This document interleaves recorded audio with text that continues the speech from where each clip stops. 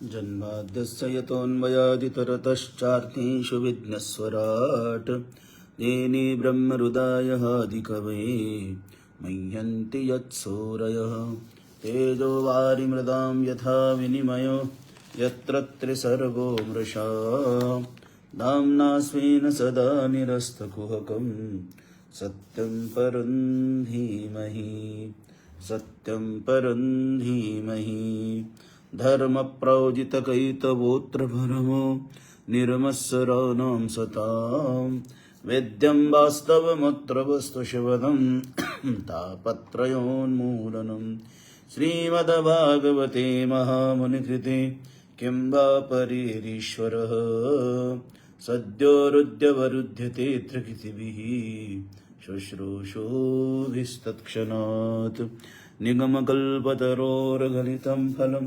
शुकमुखातमृतद्रवसंयुतं पिबत भागवतं रसमालयं मुहुरहो रसिका भुवि भावुकाः रसिका भुवि भावुकाः। हे कृष्ण करुणा सिंधो दीनबन्धो जगत्पते गोपेश गोपिका कान्त राधा वल्लभ नमोस्तुते राधा वल्लभ नमोस्तुते। बोलिए सच्चिदानंद भगवान की जय।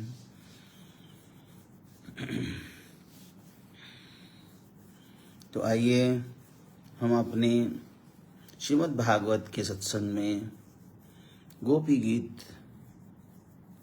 में पहुंचे थे। तो गोपियां भगवान की प्राप्ति के लिए एकत्रित होकर यमुना के तट पर गाने लगी। जो गाया उसको कहते हैं गोपी गीतम। जयति देदिकं जन्मना व्रज श्रयत इंदिरा शश्वदत्र हि दयित दृश्यतां दिक्षु तावकाः स्त्वयि धृतान्वस्त्वां विचिन्वते स्त्वयि धृतासव स्त्वां विचिन्वते। शरदुदाशये साधुजातसत् सरसिजोदर श्रीमुषादृशा सुरतनाथ ते शुल्कदाशिखा वरद निघ्नतो नेह किं वद वरद निघ्नतो नेह किं वद। शरदुदासये साधुजातसत् सरसिजोदर श्रीमुषादृशा वरद निघ्नतो नेह किं वद सुरतनाथ ते शुल्काशिखा वरद निघ्नतो नेह किं वद नेह किं वद।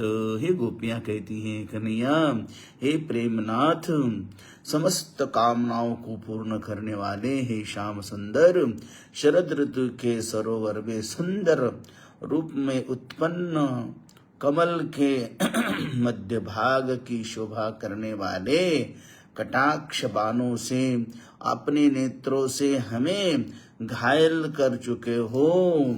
क्या नेत्रों से मारना वध नहीं है? क्या नेत्रों से मारना वध नहीं है?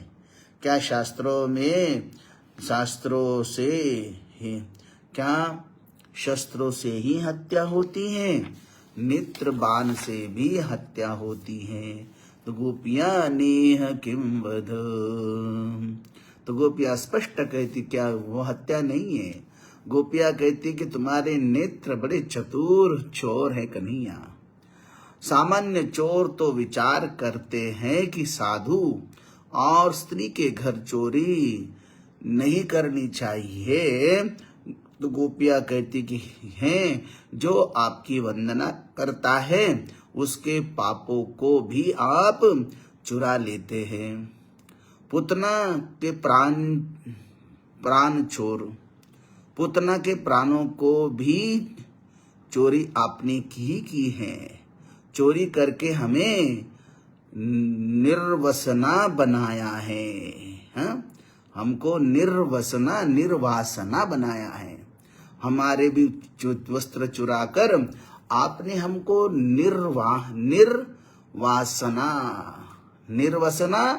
निर्वस्त्र नहीं बनाया, वासना रहित बनाया।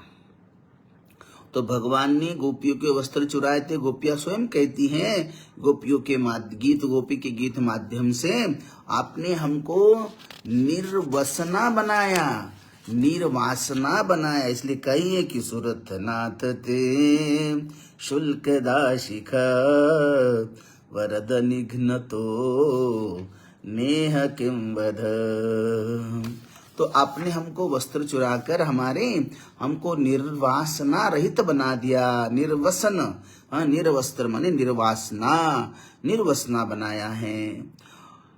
तो नयन हृदय चोरः पश्चात संजनानाम। देखो, नयन हृदय चोरः पश्चाताम संजनानाम।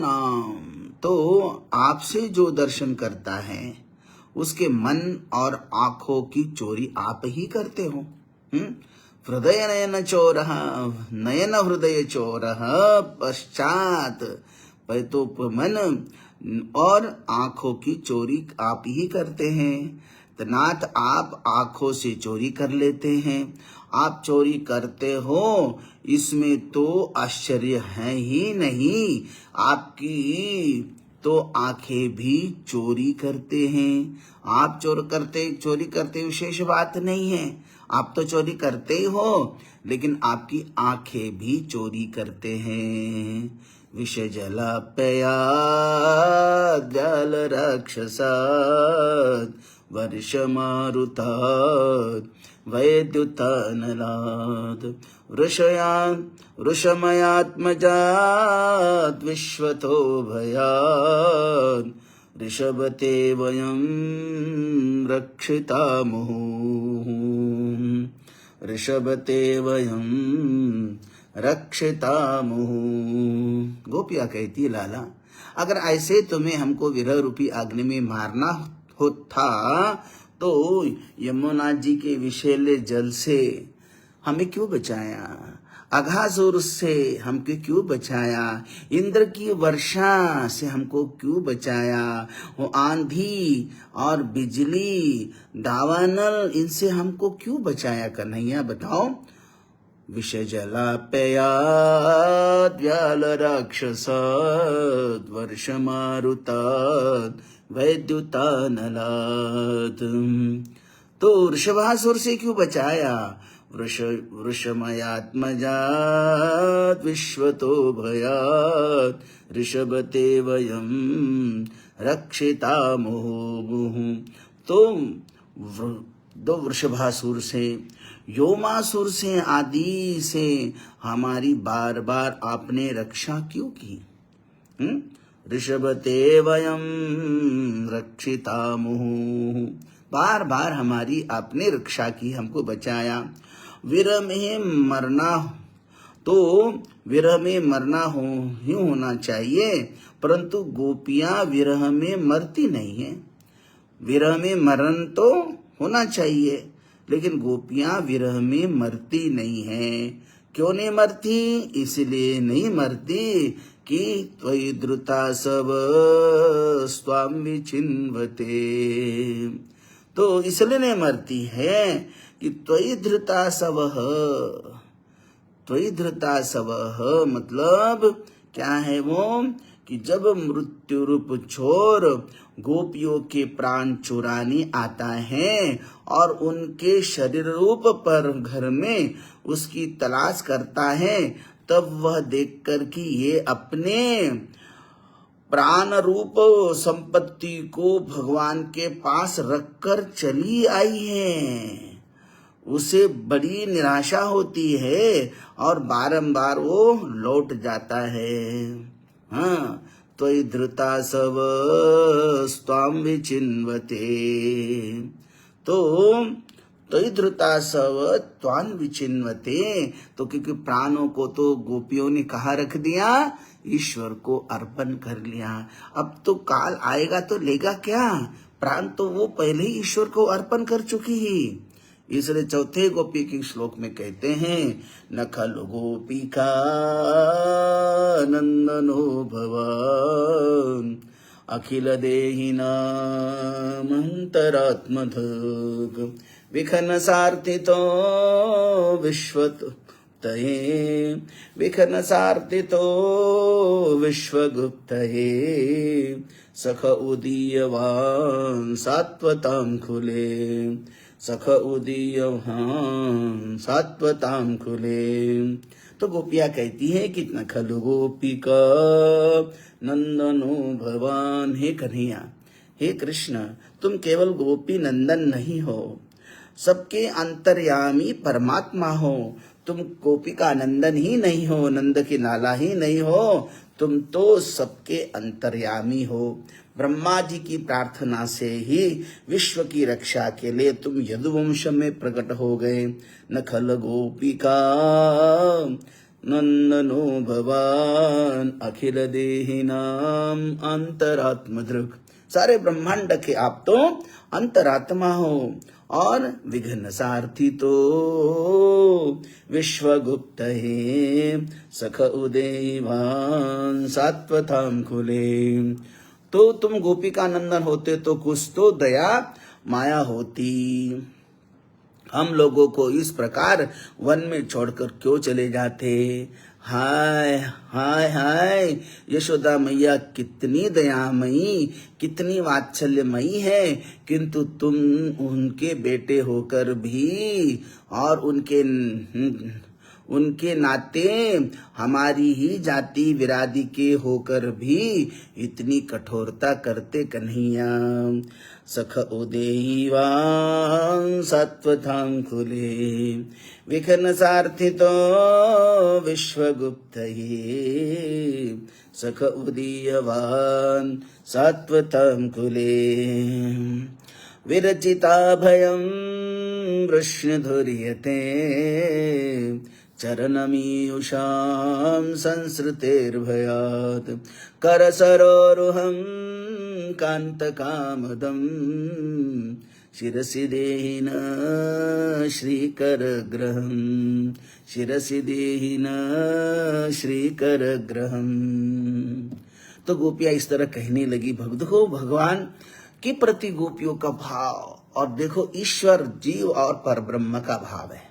गोपियों के मन में गोपियों के प्रति भगवान का और भगवान के प्रति गोपियों का कोई भी भौतिक कोई भी वासना उसमें है ही नहीं, क्योंकि भगवान ने वस्त्र चुराकर उनको पहले ही निर्वसन किया था, वस्त्र रहित नहीं किया, निर्वसन निर्वासना वासना रूपी वस्त्र उनका भगवान ने उतार दिया था, कोई वासना उनमें शेष बची नहीं थी। इसीलिए तो गोपियां इतनी शुद्ध भाव से कहती है कि तुम तो सारे ब्रह्मांड के आत्मा हो, परमात्मा हो। विरचिता भयं वृष्णिधुर्यते, हे प्रिय, जो तुम्हारे चरणों में आते हैं उनको तुम अभयदान करते हो, अभयदान प्रदान करते हो। हे कांत, आपका जो श्री कर ग्रह है, विरचिता भयं वृष्णिधुर्यते शिरसि देहिन श्रीकर ग्रहम। आपका जो श्री ग्रह है, श्री कर ग्रह है, मद कर कामद कर कमल है। हाँ, जिसने कहा ना शिरसि देहिन श्रीकर ग्रहम सरसो कर सरोहरम कांत कामदम कर सरोहरम। इसलिए कहा है कि जो तुम्हारा कर ग्रह है वो कामद कर कमल है, उसको हमारे सिर पर धारण करो। सरसरो कर सरोहरम कांत। तो इतनी गोपियां स्पष्ट कह रही कि चरणमीयुषां संसृतेर्भयात् कर सरोरुहं कांतकामदं शिरसि देहिन श्रीकर ग्रहम। आपका जो श्री कमल है, श्री कर है, जो आपका कर कमल है, हाथ है, वो आप हमारे सिर पर धारण करो। तुम संपूर्ण ब्रजवासियों की पीड़ा दूर करने वाले हो। यदि कहो कि हमें अभिमान हो गया है तो उसे दूर करने के लिए तुमने एक बार भी मुस्कुराकर देखा क्यों नहीं लिया? देख क्यों नहीं लिया हमको? अगर हमको अहंकार अभिमान हो गया, जरूर मानते हैं कि हमको अहंकार हुआ था, अभिमान हो गया, तो आप उसको दूर करने के लिए समर्थ थे। आप एक बार मुस्कुरा कर देख क्यों नहीं लिया, ताकि हमारा अहंकार छूमंतर हो जाता। व्रज जनार्तिहन वीरयोषिता निज जनस्मय ध्वंसनस्मित भज सखे भवात् किंकरी स्मनो जलरुहाननं चारुदर्शय जलरुहाननं चारुदर्शय। गोपिया कहती हैं, व्रज जनार्तिहन वीरयोषिता, हमारे प्यारे सखा हमसे रूठो मत, हम तो तुम्हारी दासी हैं। तुम तो तुम्हारी दासी। निज जनस्मय ध्वंसनस्मित, तो कहते कि भज सखे भवत किंकरी स्मनो, हमको दासी समझ लो, हम तुम्हारी किंकरी है, हम तो तुम्हारी दासी हैं, किंकरी हैं, हम तुम्हारे चरणों पर न्योछावर हैं। हम अबलाओं को एक बार अपना मुख कमल दिखा दो कन्हैया। भज सखे भवत किंकरे स्मनो जलरुहाननं चारुदर्शय। तो एक बार हमें अपना चारु सुंदर मुख दिखा दो, मुख कमल दिखा दो। गोपियों ने कहा, प्यारे यदि कहो कि तुम अधिकारिणी हो, हमारा चरण बिंद रखने योग्य तुम्हारा हृदय स्थल नहीं है, तो अगर ये कहे कि तुम अनधिकारिणी हो, अधिकारी नहीं हो, अनधिकारिणी हो, हमारा चरण बिंद रखने योग्य तुम्हारा वृक्ष स्थल नहीं है, गांव की गवारन हो, आचारहीन हो, ज्ञानहीन हो, जातिहीन हो, हटो हटो हटो हटो, हम नहीं छूते तुमको, यह तो वह ठीक नहीं है कन्हैया। तो जलरुहाननं चारुदर्श, ये ठीक नहीं है। क्यों ठीक नहीं है? प्रणत देहिनाम पापकर्षणं। देखो गोपियाँ कितनी प्यारी बोलती हैं कि अगर तुम कहो कि हम गवारन हैं, हम आचारहीन हैं, हम ज्ञानहीन हैं, हम जातिहीन हैं, हटो हटो हटो हटो हटो हटो, हम तुमको नहीं छूते, अगर ऐसी बात है तो ये भी ठीक नहीं। क्यों ठीक नहीं? गोपियाँ स्पष्ट कहती है, प्रणत देहिनाम पापकर्षणं तृणचरानुनं श्रीनिकेतनं फनिपनार्पितं ते पदाम्बुजं कृणकुचेषु न कृन्दिरुच्छयं कृणकुचेषु न कृन्दिरुच्छयं। तो कितनी गोपियों का नॉलेज, कितना ज्ञानी है वो प्रेम सन्यासिनी है, इतना स्पष्ट कहती है कि आपका एक बार दर्शन हो, आप प्रणत देहिनाम पापकर्षणं तृणचरानुनं श्रीनिकेतनं। जो तुम्हारे चरण कमलों में प्रणाम करता है, एक बार प्रणाम करता है, उसके सारे पाप नष्ट हो जाते। तो हम पापिनी या गवारन या अज्ञानी या जातिहीन कैसे रह गई? जो तुम्हारे चरण कमलों में एक बार प्रणाम करता है, वो उसके सर्व पाप नष्ट हो जाते हैं। तुम उन्हीं चरणों से हमारे बछड़ों के पीछे पीछे चलते हो, उन्हीं चरणों को कालिए नाग के फनों पर आपने निसंकोच, जिसमें जहर भरा हुआ था, हलाल भरा था, उसमें आपने नृत्य किया है, किया कि नहीं किया है? और हमारा हृदय तुम्हारे वीर अग्नि से जल रहा है, हमारे हृदय में ना तो तुम्हारे जैसे कालिया जैसा कोई जहर भरा हुआ है, ना ही जंगल के काटे कंकर हमारे हृदय में हैं। वही चरण को हमारे हृदय स्थल पर रखकर हृदय की ज्वाला की जो जलन है वो शांत करने में देरी क्यों करते हैं प्रभु? हम तो आपको ही सब कुछ अर्पण कर लिया। मधुरया गिरा वल्गुवाक्यया बुध मनोज्ञया पुष्करेक्षण विधि करे रिमा वीरमुह्यति हृदरसीधुना प्यायस्वन। तो गोपिया कहती कि मधुरया गिरा वल्गुवाक्यया बुध मनोज्ञया पुष्करेक्षण विधि करे रिमा वीरमुह्यति हृदरसीधुना प्यायस्वन। हृदरसीधुना प्यायस्वन। हे प्यारे, अब हम अपना मधुर रस आप हमें जीवन में प्रदान करो। हे प्यारे, अब तुम अपना मधुर रस पिलाकर हमें जीवन दान दो। अगर ये भक्ति रूपी अमृत या ये आपने नहीं पिलाया तो हमारा जीवन धन्य नहीं होगा, हमको जीवन चला जाएगा, तो हमको जीवन दान दे दो।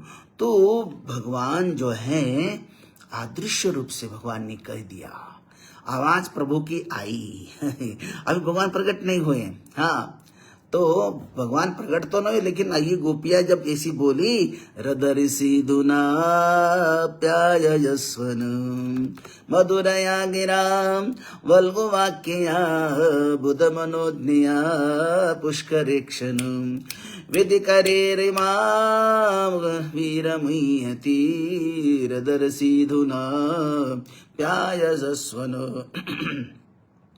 प्यायस्वन। तो भगवान ने अदृश्य रूप से कहा, प्रकट नहीं हुए। मैं नंदा बाबा के घर, गोपियों सुनो, मैं नंदा बाबा के घर में रहता हूं, तो वह आकर कहती है कि मक्खन चुराता है। अगर मैं यमुना के पुलिंग पर जाता हूं तो कहती है कि कपड़े चुरा लेता है, और कुएं में जाता हूं तो कहती कि मटका फोड़ता है। तुम लोग मुझे जीने भी दोगी या नहीं? तुम तो सब कुछ मना कर रही हो। मैं यशोदा का लड़का नहीं हूं, न साक्षी हूं, न दृष्टा हूं, हाँ, न अच्छे कुल में पैदा हुआ हूं। तो बताओ कि मैं क्या करूं? गोपियों बताओ कि मैं क्या करूं फिर? तो गोपियां बोली, चलो अभी रेंज में तो आ गए, कांटेक्ट तो हो गया, रूप नहीं दिख रहा है लेकिन बात सुनाई दे रही है, तो बताओ मैं क्या करूं? तो गोपियां कहती कि गोपियां बोली, तुम तो सीधे आकाश से टपक गए हो, तुम तो सीधे आकाश से टपक कर आए हो, इसलिए जैसे आकाश असंग है उसी तरह तुम भी असंग बनकर बैठे हुए हो। आकाश जैसा निसंग है, असंग रहित नहीं है। कितना भी धूल आकाश में उड़ जाए, कभी आकाश मलिन नहीं होता। जैसे आकाश असंग है उसी तरह तुम भी असंग बनकर बैठे हो। तुम भी असंग ही हो, कोई संग नहीं तुमको, कोई तुम निर्गुण निराकार हो, तो तुम असंग हो। देखो गोपियों का ज्ञान कितना दिव्य है।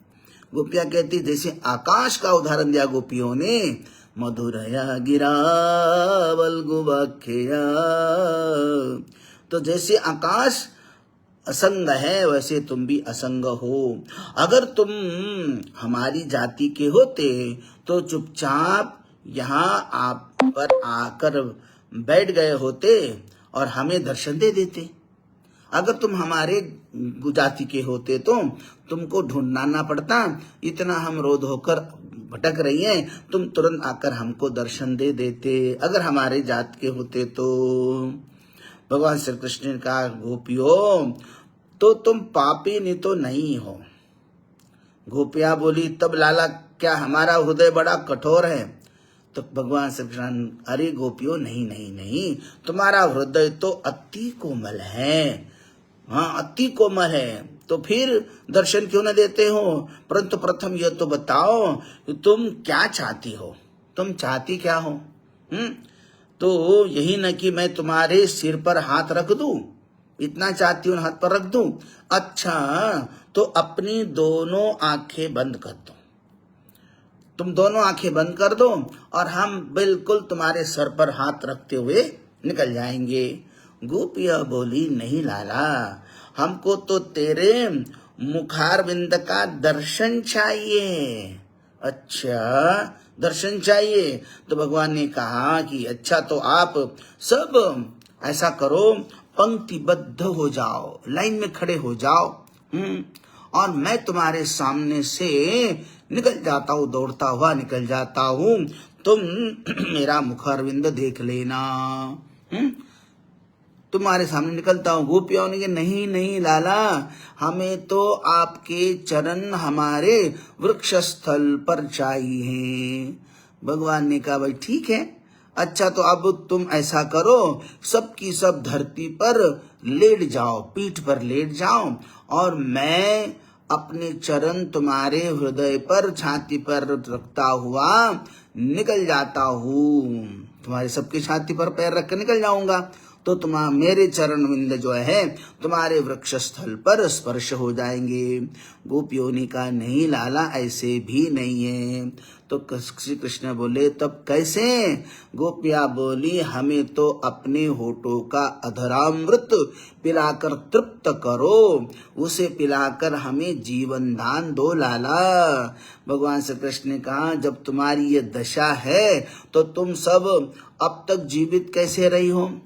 तुम कहती हो कि अगर हम नहीं अधरामृत नहीं पिलाएंगे तो तुम्हारा जीवन चला जाएगा, जीवन दान देने के लिए बात कह रही हो, हम जल जाएंगी। तो बताओ कि अब तक तो ये तो अब तुम्हारा जीवन जीवित कैसे रही हो तुम अभी तक?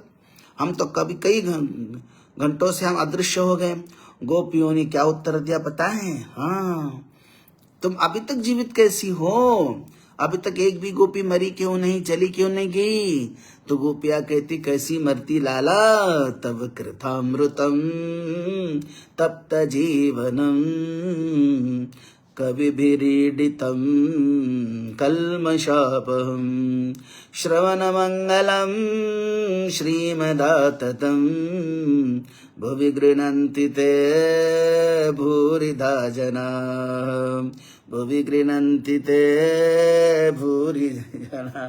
तो कितना प्यारा उत्तर दिया गोपियों ने, देखो। हाँ, गोपियां, भगवान ने कहा, अभी तक मरी क्यों नहीं हो तुम एक भी? हमारा विरत बहुत देर से तुमको हुआ है, फिर भी तुम जीवित हो। तो गोपिया कहती, मरती जरूर लाला, तब कथामृतम तप्त जीवनम कविभिरीडितम कल्मषापहम कविभिरीडितम कल्मषाहम श्रवणमंगलम श्रीमदाततम भुवि गृह्णन्ति ते भूरिधा जना, भुवि गृह्णन्ति ते भूरिधा जना। लाला, तुम्हारी कथा, तुम्हारी लीला कथा रूपी जो अमृत है, यही अब तक हमें मिलता रहा, इसी से ही हमारा जीवन अभी तक तुम्हारे सामने हम जीवित है। भगवत कथा यह पराविद्या है। हाँ, ये भगवत कथा पराविद्या है, ये केवल श्रवण मात्र से ही कल्याण करने वाली है। योग करोगे, अनुष्ठान यज्ञ यागादि करोगे, उसमें यदि मंत्र स्वर अथवा वर्ण गलत हो गया तो दंड भोगना पड़ेगा। गलती करता है पुरोहित, दंड भोगता है यजमान। यहाँ तो केवल भगवत कथा श्रवण मात्र से ही मोक्ष की प्राप्ति है भागवत कथा में। वहां तो यजमान गलती करे, पुरोहित गलती कर लेता है और दंड भोगना पड़ता है यजमान को। इसलिए श्रीमद् भगवत कथा मात कथा तो श्रवण मात्र से ही मोक्ष की प्राप्ति करा देती है। तो गोपिया बोली, लाला बस थोड़ा सा हमको अधरामृत पिला दो, तुम्हारी इच्छा ही हमारी आत्मा है। भुवि गृह्णन्ति ते भूरिधा जना श्रवण मंगलम, क्योंकि तुम्हारी कथा जो है हम श्रवण करते हैं, हमारे कान से जो तुम्हारी कथा रूपी अमृत हमारे भीतर उतरता है और हमारे हृदय पर वो कथा रूपी अमृत टपकता रहता है, इसलिए वो हमको वहां से हमारी हृदय की गति रुकती नहीं है, हम मर नहीं पाती। भुवि गृह्णन्ति ते भूरिधा जना। और गोपिया के विशेष क्या कहती हैं कि तुम्हारी चाह ही हमारी आत्मा है। हाँ, हमारी अपनी कोई चाह नहीं है, अपनी कोई इच्छा नहीं है, ये तुम्हारी इच्छा ही हमारी आत्मा है। आगे के श्लोक में कहती गोपिया, प्रहसितं प्रिय प्रेम वीक्षणं विहरणञ्च ते ध्यानमङ्गलम् रहसि संविदो यावद्विस्पृश कुहकनो मन क्षोभयन्ति प्रहसितं प्रिया प्रेम वीक्षणं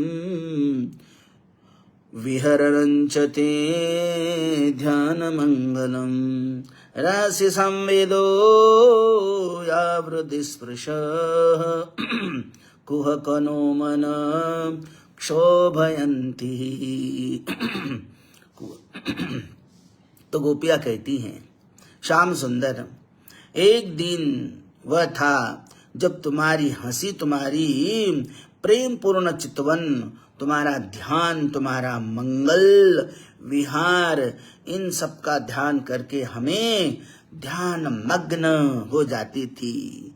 उसके बाद तुम मिले और तुमने एकांत में मीठी मीठी हृदय स्पर्शी बातें की। कुहकनो मन क्षोभयन्ति। हाँ, पहले तो हम सब बिल्कुल एकांत में ध्यान समाधि में बैठकर तुम्हारा ध्यान करते थे, आनंद आता था। लेकिन जब से तुम्हारी छवि देखी है ना, तुम तो जैसा दर्शन किया है, तब से जो है मीठी मीठी हृदय स्पर्शी बातें की। कुहकनो मन क्षोभयन्ति, बस हमें वही बार बार याद आता है लाला, तुम्हारी बातें हमको याद आती हैं।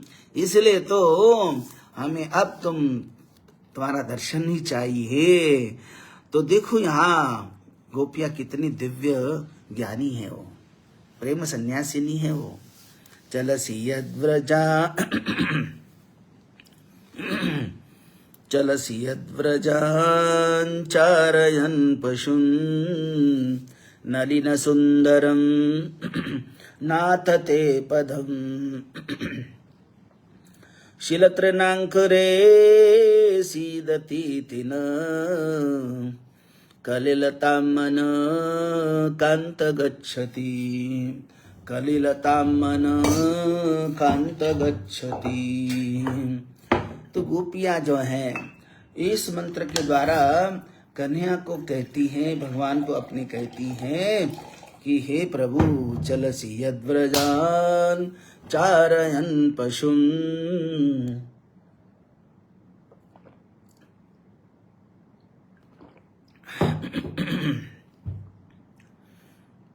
चलसी यद्व्रजान् चारयन् पशून् नलिन सुन्दरं नाथ ते पदम् शिरतृणाङ्कुरैः सीदतीति नः कलिलतां मनः कान्त गच्छति।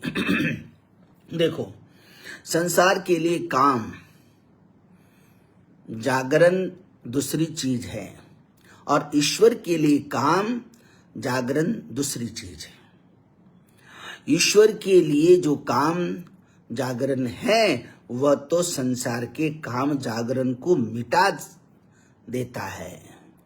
इसलिए चलसी यद्व्रजान चारयन पशुन नलिन सुंदरम नाथ ते पदम शिलतृणांकुरे सीदतीति न कलिलतामन कांत गच्छति कलिलतामन कांत गच्छति।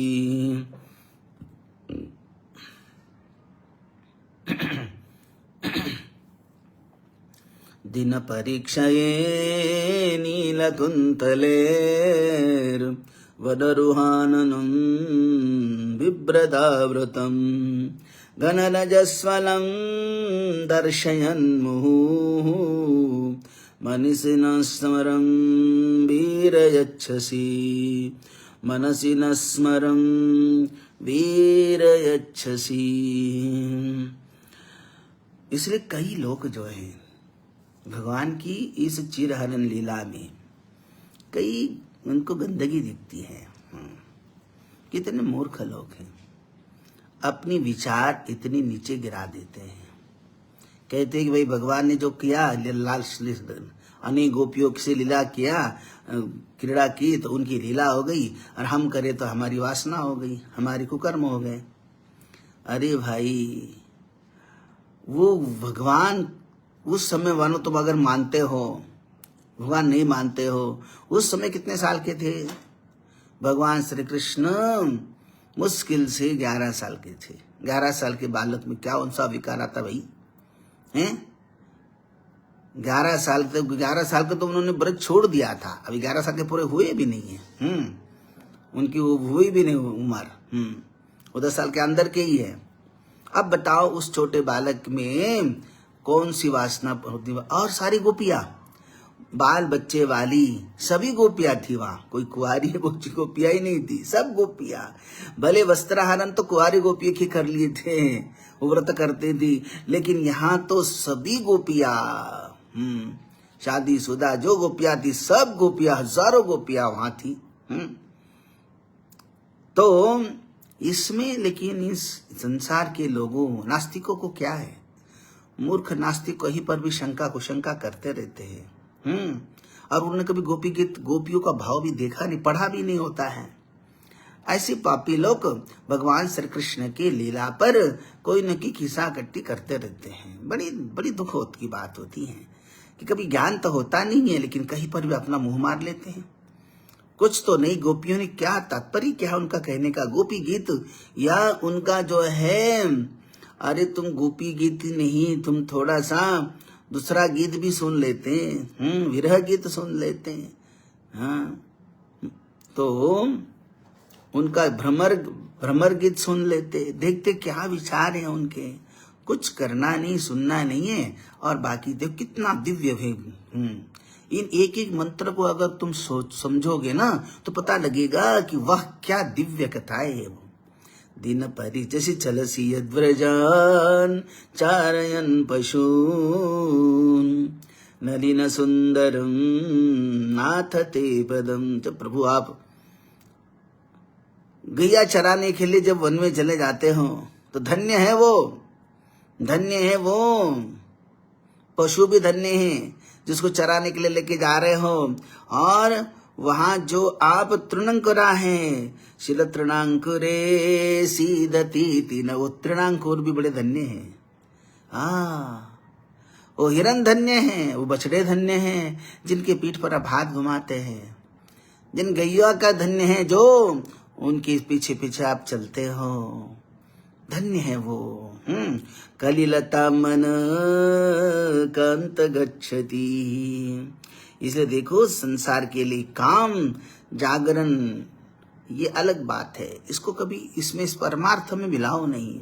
वो मल मांस का सेवन करने वाली चीजें, वो मल मूत्र का जो है, वो उसको बिल्कुल यहाँ गंदगी देख है ही नहीं, यहाँ न देखने का क्या कारण है? तो इस संसार के काम जागरण की वो इधर कोई गुंजाइश ही नहीं है। फिर भी पापी लोग जो है इस पर ऐसी चीजें कहते हैं। ये इसलिए कहते हैं ना कि संसार की काम की एक यहाँ कोई गुंजाइश नहीं है, जागरण कोई चीज है नहीं। ईश्वर के लिए है जागरण ही चीज ही दूसरी चीज है। ईश्वर के लिए जागना है, ईश्वर के लिए प्रेम करना है। ईश्वर के जो काम जागरण है, हाँ प्राप्ति का कारण है, वह तो संसार के काम जागरण को मिटा देता है, संसार के वासनाओं को मिटा देने के लिए है। इसलिए तो यहाँ कहते कलिलता मन कांत गच्छति दिन परीक्षये नीलकुंतलेर वनरुहाननं बिभ्रदावृतम् घनरजस्वलं दर्शयन्मुहुः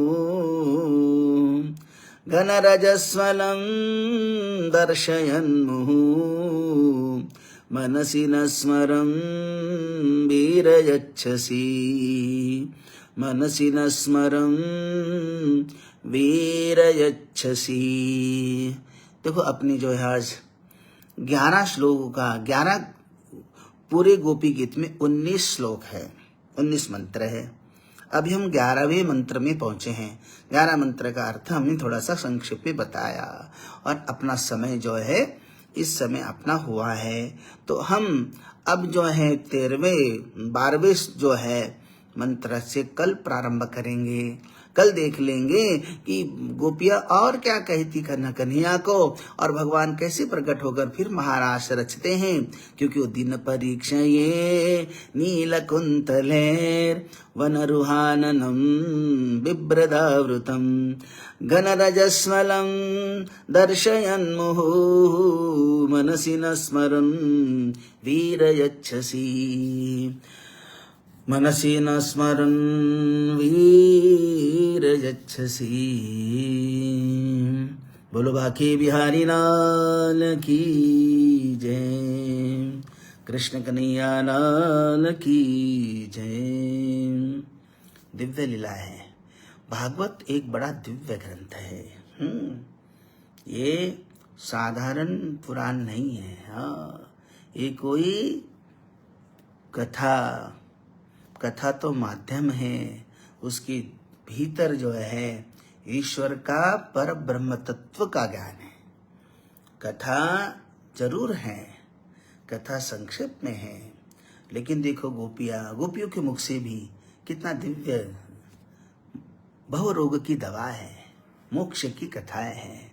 इसलिए कहते ये मोक्षदायिनी कथा। भागवत इसलिए कहते कि ये भागवत कथा मोक्षदायिनी कथा है, मोक्ष को प्राप्त करा दे। लेकिन श्रवण वैसे करना होगा। हम केवल कथा में करके मनोरंजन करके 7 दिन बिता दे, वो कोई मोक्ष की प्राप्ति कर देने वाला नहीं है। बोलो कृष्ण कन्हैया लाल की जय।